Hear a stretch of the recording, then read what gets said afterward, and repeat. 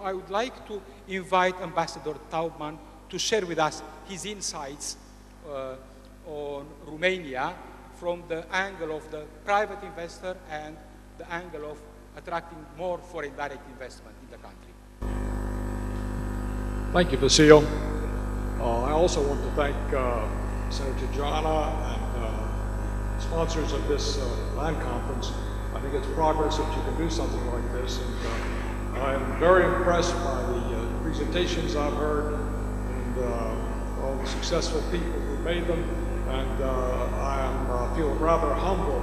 Having said that, I can't help but think of Golda Meir, who said to someone who was humble at the time, "Don't be humble, you're not that smart." So in my case, I think I qualify in that respect. I've been tasked to talk about foreign direct investment in Romania, and so many things have changed in the 6 years since I represented the United States here. For a fact, Romania has its legacy and its future right under its feet, and it's something that I'm not sure that the average citizen, the average voter realizes this, but they have their legacy here, right now, for the next 100 years.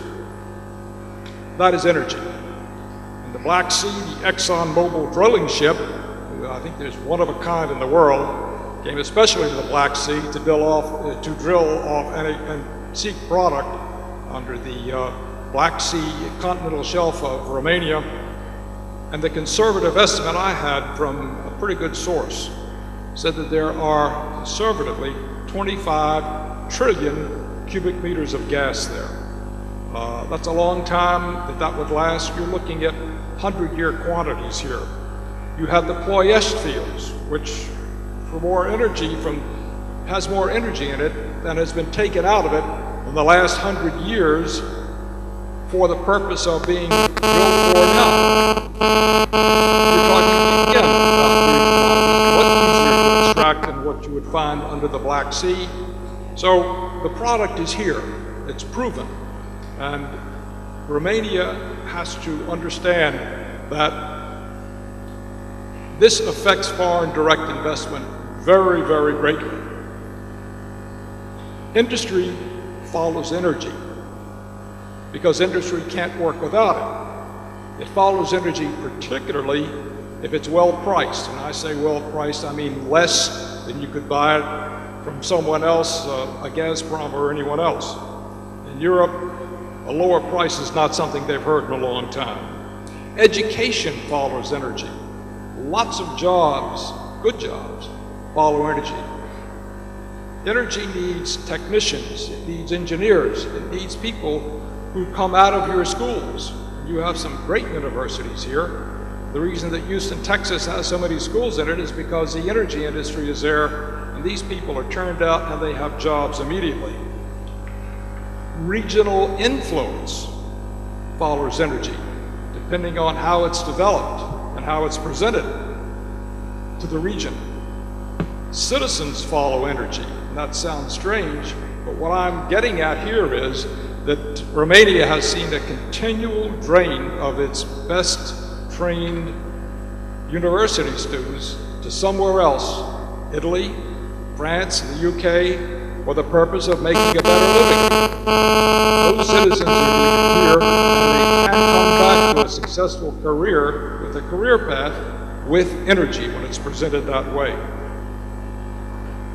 There is concern that everybody in this region, Europe, the countries to the east of here, own the facilities which would use Romanian energy, the storage, the pipelines, the retail lines, just everything.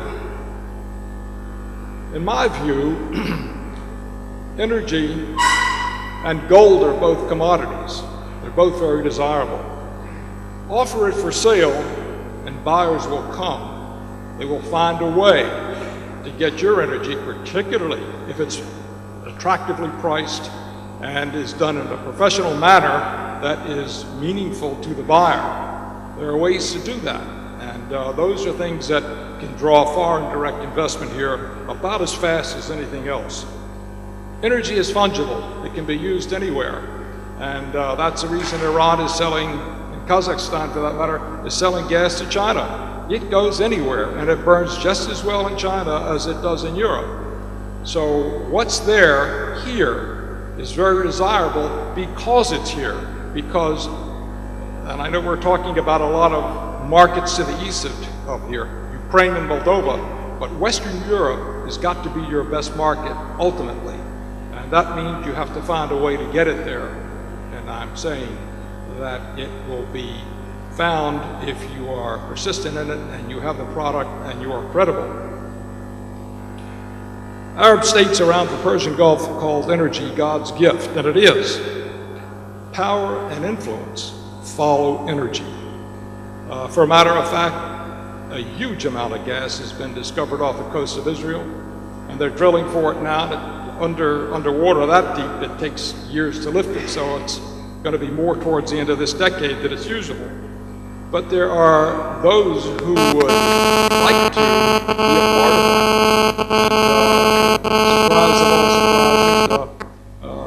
Some of those people are the Saudis. They would, and this is Israeli gas. They did not approach Israel, but they approached Noble Drilling, Noble Industries to help them find out if perhaps there's a deal. And, you know, Saudis are Muslims and Israelis are Jews, but business is business. And gas is fungible, as I said, and it can be used anywhere. So it might make odd bedfellows together. Politics make odd bedfellows, and so does energy. Let me tell you what, in my view, Romania can be. It can be a powerhouse in this region and a linchpin for the Silk Road. The young man who represented China just yesterday mentioned the fact that you go all the way over the Silk Road from China, all the way across Georgia and the Black Sea, and you come to Romania, and it stops. If Romania wants to be a strong power, not only in Eastern Europe, but far more influential in the European Union, it must have three characteristics. Number one, people. Romania is the 7th largest country in the European Union, 21 million people, with a lot of people scattered out over Europe that can be attracted back here by the right presentation to them. So people are important. Romanians are hard workers, they're educated, they're literate. They're understood in Eastern and Western Europe. It doesn't come from a long distance away. Second thing they need is a strong economy, which is the one thing Romania does not have now. Developed properly, energy will be the root of that. It will be the catalyst that will make you climb up out of being an agricultural country with a view on the Black Sea. They will understand and appreciate that it is the very geographically well situated, and it hangs off the end of southeastern Europe, and that's the beginning of the Silk Road as it leaves Europe.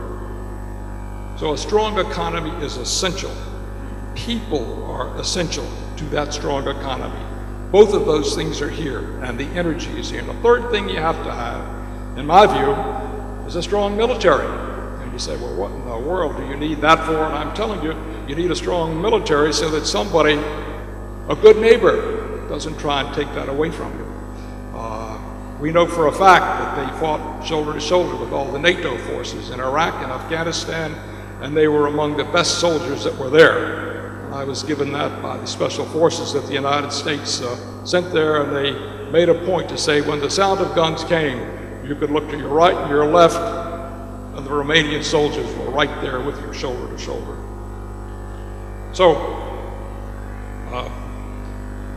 that's what I think is the future of Romania. And I think that with these three things, with the energy as a base to build on, well managed, the state being a good steward of the energy assets that it has, and that means the environment, can't poison the environment. That takes government oversight. As much as I don't like to see government into private industry, government has to supply that. Capitalists like to maximize profits. And in order to do that, you're trying to cut down every cost. If The use of energy poisons the well water, aquifers, the streams, the rivers. It's not worthwhile, and the voters and the citizens of Romania will never forget that. Finally, this, when the energy program I envision for Romania is in full swing, I would like to see the proceeds of it by the government as leaders, not as capitalists, but as leaders, to construct a world-class transportation system. When I say transportation system, I mean not just superhighways, which you do need. The Transylvania motorway would have been just a prize to bring new industry into this country, but it failed, and it is what it was pretty much when I left here. Transportation is more than that. Motorways, it is railroads. You have no means of intermodal transportation. You can't move a container from your good container port onto the most economical way to move it, and that's a steel wheel on a steel rail. Railroads. Your bridges aren't high enough, or your railroad tracks are too high and close to the bridge. This is the kind of infrastructure that has to be done before you can have a transportation. Finally, the other transportation you need is fiber optic cable crisscrossing this country into every possible city. Therein lies the future of industry. Industry won't come where there isn't internet connections to the rest of the world. And they don't want it slow, they want it fast as it will go. So these are things I think that Romania has, which I think will make this one of the outstanding countries, not just in the EU, but in all of Europe for a long time to come.